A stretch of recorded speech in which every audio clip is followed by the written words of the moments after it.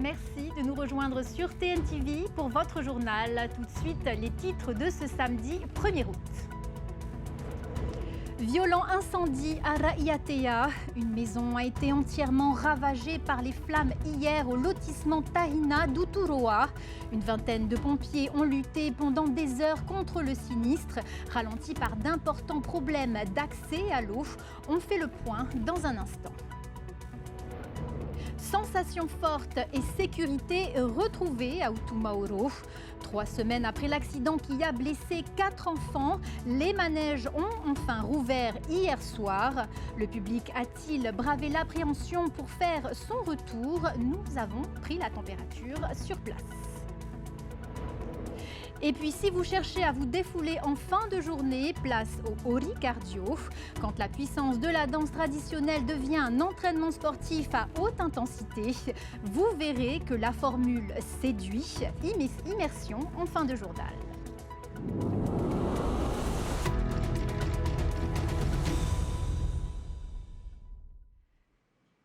Mais d'abord, issue tragique dans la vallée de la Papenhaut. Le corps sans vie de Jean-François de Guigne a été retrouvé ce matin à la Maroto. L'homme de 43 ans était porté disparu depuis mardi. Son véhicule avait été découvert hier. Selon la procureure de la République, la thèse du suicide est privilégiée. Nous en parlions hier, un violent incident s'est déclaré vers 17h30 au lotissement Tahina à Uturoa, Raïatea. Le feu serait parti du garage avant de tout ravager sans faire de victimes. Une vingtaine de pompiers ont été mobilisés. Retour sur ce sinistre avec Roni Moufat.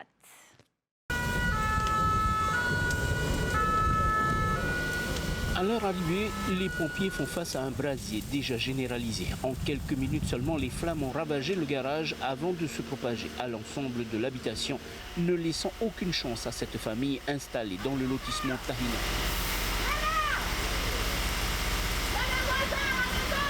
Non, ça a été rapide. Ça a été rapide. Voilà, très rapide même. Et puis, embrasement général, quoi. Donc, on a fait ce qu'on a pu, là. On a surtout protégé la maison qui était derrière. Ça s'est vite déclaré. Très vite, très vite.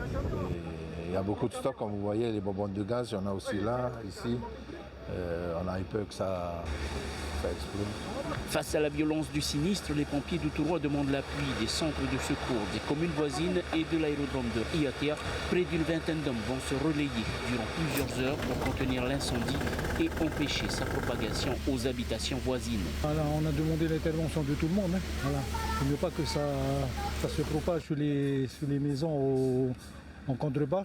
Mais heureusement qu'il y a eu le concours de toutes les casernes de Raïatea.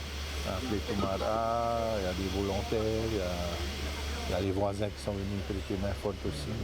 Bon, avec le vent qu'il y a, ça n'arrange pas les choses. Les opérations ont été compliquées par les difficultés d'alimentation en eau dans ce lotissement privé, une problématique qui relance la question de l'état des bouches à incendie, dont certaines vieillissantes pourraient ne plus répondre aux normes actuelles. Ce qui était négatif, c'est le manque d'eau, quoi. Oui, il y a une qui est de l'époque, comme c'est un lotissement privé, et elle s'est détachée, mais là on a pu le remettre. Du coup, je remercie aussi les services incendies. Aux alentours de 20h, le feu était finalement maîtrisé. Si aucune victime n'est à déplorer, cette famille a tout perdu. La gendarmerie s'est également rendue sur les lieux pour procéder aux premières constatations. Une enquête est désormais en cours pour déterminer l'origine exacte du sinistre. On reste à Raïatea, mais avec la prise de fonction de la nouvelle chef de subdivision des îles du Vent et sous le Vent, Marianne Frédéric Puccio a officiellement pris ses fonctions hier matin à Uturoa. Après un dépôt de gerbe au monument aux morts, l'ancienne secrétaire générale de Saint-Pierre et Miquelon succède ainsi à Anna Nguyen. Entourée des élus et des forces de l'ordre, elle a marqué le début de sa mission au service des communes. Écoutez sa réaction au micro de Roni Moufat. Alors Saint-Pierre-et-Miquelon, c'était 6 000 habitants et un maximum, une moyenne annuelle autour de 10 degrés. Donc oui, par le fait, je dirais qu'il y a quand même une petite différence. Après, on est sur 2 collectivités avec des compétences différentes. C'est aussi moi ce qui m'intéressait pour venir ici. Le rôle du chef de subdivision, effectivement, c'est d'accompagner au mieux, effectivement, de conseiller, de contrôler aussi accessoirement. Mais effectivement, d'essayer de voir par rapport aux projets qui sont présentés, quels sont les meilleurs moyens d'aider les maires à trouver aussi des financements, rechercher les meilleures solutions possibles. Et puis je suis aussi un assemblier, c'est-à-dire que c'est aussi mon rôle de réunir l'ensemble des compétences des différents services de l'État pour essayer d'avancer ensemble et faire le maximum de coordination possible pour que les porteurs de projets puissent trouver la solution adéquate. On passe à présent à la réouverture hier soir des manèges à sensation de la fête foraine d'Utumauro. 3 semaines après le drame qui a blessé 4 enfants, les contrôles de sécurité sur les attractions ont été validés. Le public a-t-il répondu présent? Réponse avec Sam Teinaouré qui s'est rendu sur place. Pas de boycott des parents et des enfants depuis l'accident sur un des dragons de la fête foraine de Utumauro. Certains parents ont continué d'amener leurs enfants sur les manèges et restent confiants. Non, ça fait longtemps et on n'a jamais eu de soucis, quoi. Donc, j'ose espérer que que ça se reproduira pas. Juste après l'accident du 21 juillet, l'association des forains de Polynésie a décidé de fermer tous les manèges de catégorie 3, ceux dits à sensation forte, pour faire de nouveaux contrôles afin de rassurer les usagers. On a donc décidé de faire revenir le contrôleur pour surtout vérifier les manèges de catégorie 3. Voilà. Bien que je précise que les attestations de conformité étaient déjà octroyées, mais bon, on a voulu, pour montrer également notre bonne foi, la bonne vérification donc, des manèges. Et voilà, ça s'est donc terminé hier. Et voilà, tous les manèges sont conformes et ils ont été contrôlés une seconde fois. Et tout ça pour rassurer donc, tous nos visiteurs sur le Turei de Utumauro. À la réouverture, certains manèges ont été un peu boudés par les enfants, parfois parce que les parents leur refusaient l'accès aux manèges. En tant que parent, c'est sûr que quand on apprend un accident comme ça, c'est jamais évident. Donc le fait que derrière ce soit fermé, qu'il y ait une commission d'enquête, bien sûr que je pense qu'il le faut, qu'on soit parent ou pas, tout le monde va être rassuré du fait que les choses qu'il y a une procédure derrière et que ça s'est fait, quoi. Oui, bien sûr. Bien qu'il y ait eu un second contrôle technique sur les manèges à sensation, l'association des forains a tenu à rappeler à l'ordre tous les forains sur les obligations quotidiennes avant d'accueillir le public. Ça, c'est le travail au quotidien qu'on a justement fait une piqûre de rappel le soir de l'accident même. Et puis le lendemain, on s'était réunis. Donc de revoir tous les fiches de contrôle, de maintenance et de vérification. Ça, c'est une règle qu'on applique tous les jours sur les propriétaires des manèges et je pense que, voilà, que ça nous serve aussi de leçon. Il ne reste encore que quelques jours pour profiter de la fête foraine de Utumauro qui se terminera le 9 août à quelques jours de la rentrée des classes. La cérémonie s'est tenue hier. Le contre-amiral Yann Bié-Charreton a pris ses fonctions. Il succède à Guillaume Pinger. À peine installé, le nouveau commandant des forces armées affiche sa feuille de route. Dans un contexte international qu'il juge grave, il insiste sur la nécessité de préparer le territoire à de futures crises. Il est interrogé par Esther Cuneo. On l'écoute. La situation est grave. En Europe, pas uniquement en Europe, et donc il faut être prêt, c'est ça, pas de catastrophisme, mais c'est juste une mobilisation, être prêt à subir un choc. Nous devons être prêts à tout, que ce soit à des grands événements géopolitiques, mais que ce soit aussi, évidemment, aussi à des catastrophes naturelles, à des événements climatiques, etc., sur lesquels aussi nous nous préparons. Rien ne peut se faire aujourd'hui à distance sur des grands événements sans nos partenaires de la zone. Le CPP, le commandant pour le Pacifique, il apporte quoi? Il apporte de la lisibilité, il apporte de la cohérence dans nos actions. Donc on va travailler dans la continuité de ce qui est fait, mais avec plus de visibilité, plus de cohérence, notamment avec les forces armées de Nouvelle-Calédonie, pour rendre mieux lisible notre action. En Nouvelle-Calédonie, le 19e gouvernement est désormais formé. Ses 11 membres ont été élus hier matin au Congrès et c'est Milakulo Tukumuli de l'éveil océanien qu'ils ont désigné à la présidence. Sa priorité, la situation budgétaire et financière du Caillou. Le reportage de notre partenaire calédonien. Ont obtenu la liste présentée par le groupe Les Loyalistes, 18 voix, la liste présentée par le groupe Rassemblement, 10 voix, la liste présentée par le groupe Union nationale pour l'indépendance, 7 voix, la liste présentée par le groupe Kanaki NC, 19 voix. C'est un résultat arithmétique qui correspond à la répartition des sièges entre chaque groupe représenté au Congrès. Ce matin, les 54 conseillers de la Nouvelle-Calédonie ont été réunis pour élire les 11 membres du 19e gouvernement. 4 sièges ont été attribués à la liste déposée par les loyalistes, 2 à celle du Rassemblement, 4 à celle du groupe Kanaki NC et 1 à l'UNI. Nous sommes très fiers d'avoir nos 4 membres aujourd'hui qui prennent les rangs, en tout cas sur le gouvernement, avec Christopher qui a déjà cette expérience du gouvernement, Nina Julier qui vient apporter aussi une expertise terrain avec ses différents mandats, Philippe Blaise aussi. C'était important d'avoir des personnes de compétences et de qualité sur ces différents sujets. Et puis Laurent Bonnefond qui vient apporter aussi ce regard un peu plus axé de la société civile. C'était important pour nous. L'une des seules questions en suspens ces derniers jours était de savoir sur quelle liste figurerait Milakulo Tukumuli, pressenti à la présidence du gouvernement. C'est finalement sur celle déposée par le Rassemblement qu'il était inscrit, en compagnie d'Alcide Ponga. Il y a une vraie satisfaction. Alcide a bien travaillé sur ce gouvernement précédent et là il est remis au travail dans ce nouveau gouvernement. Donc personnellement et pour le Rassemblement, nous sommes ravis de le voir reprendre une place au gouvernement. Du côté des indépendantistes, Gilbert Thuyenon reste au gouvernement. Joanito Wamitan y fait son entrée en compagnie de 2 nouveaux visages avec Ernest Déméné et Meryl Marlier. Il y avait une volonté de changer, de renouveler aussi les membres du gouvernement, mais il y a aussi une volonté de stabilisation et puis de continuité. Donc, par rapport à des dossiers qui avaient été engagés, mais c'est surtout dans le sens de la transmission. Donc on est dans cette période-là de transition. Pour l'Union nationale pour l'indépendance, c'est Billy Forrest, ancien secrétaire général de la province Nord, qui entre au gouvernement.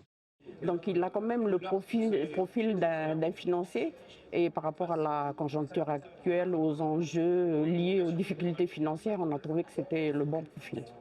Sitôt l'élection terminée, les membres élus ont tenu une première réunion pour discuter de la répartition des compétences de chacun.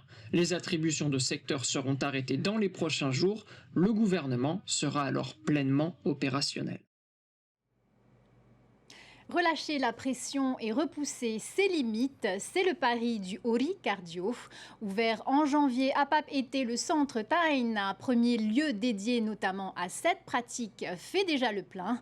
Un concept axé sur l'effort physique qui séduit les amateurs comme les danseurs confirmés. Voyez ce reportage. Une trentaine de personnes par session, la musique poussée à fond et un enchaînement d'exercices très soutenu. Ici, pas de chorégraphie à apprendre par cœur. Pendant 1 heure, le Ori Teiti devient un véritable entraînement physique à haute intensité.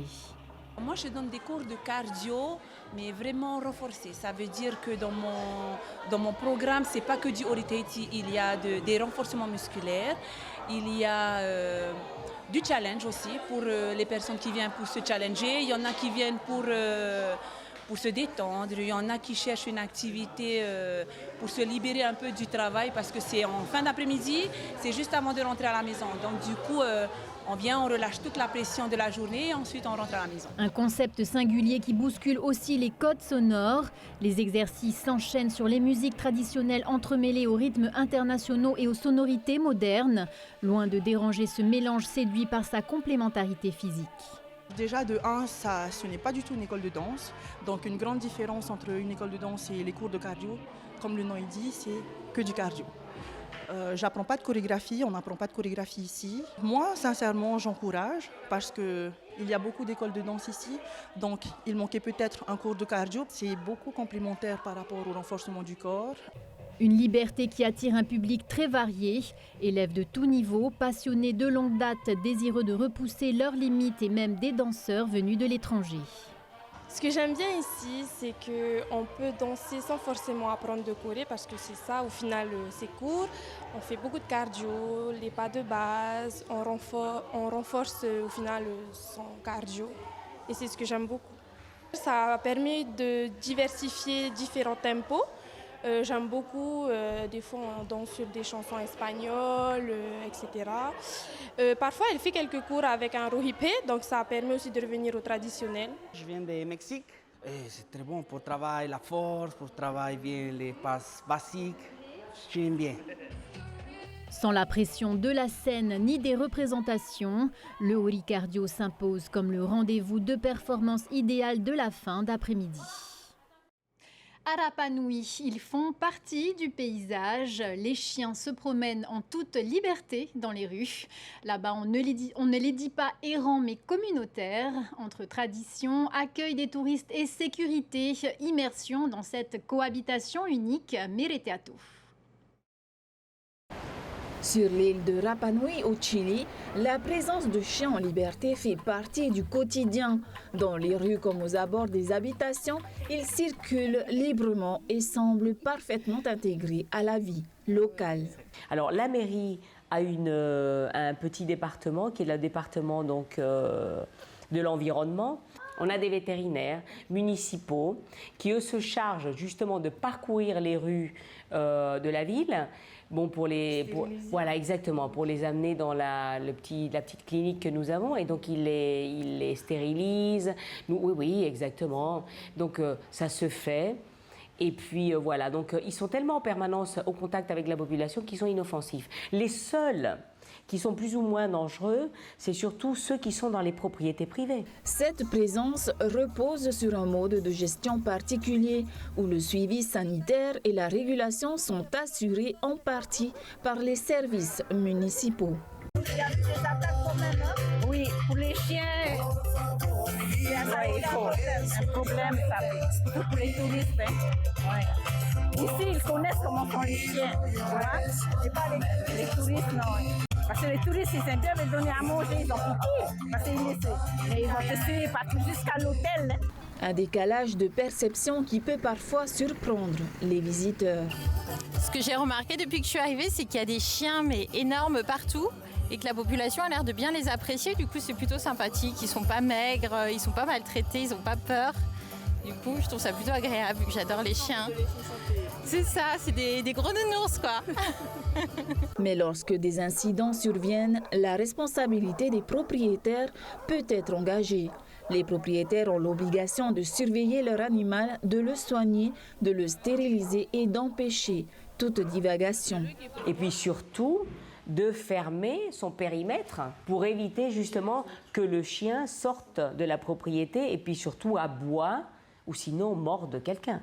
Donc ça, ce sont des petits incidents qui parfois arrivent. Nous, premièrement, avant d'aller passer des amendes, ce que l'on fait, c'est aller les éduquer. C'est aller leur dire, d'accord, ce qu'ils doivent faire, quelles sont ses obligations. Si vous décidez, madame ou monsieur, d'accord, d'avoir un animal domestique, voilà, donc ça, ce sont vos obligations. Parce que sinon, après, la mairesse, elle va être obligée également de faire ses obligations aussi. À Rapa Nui, la place du chien reflète ainsi une cohabitation particulière entre habitudes locales et adaptations nécessaires des visiteurs.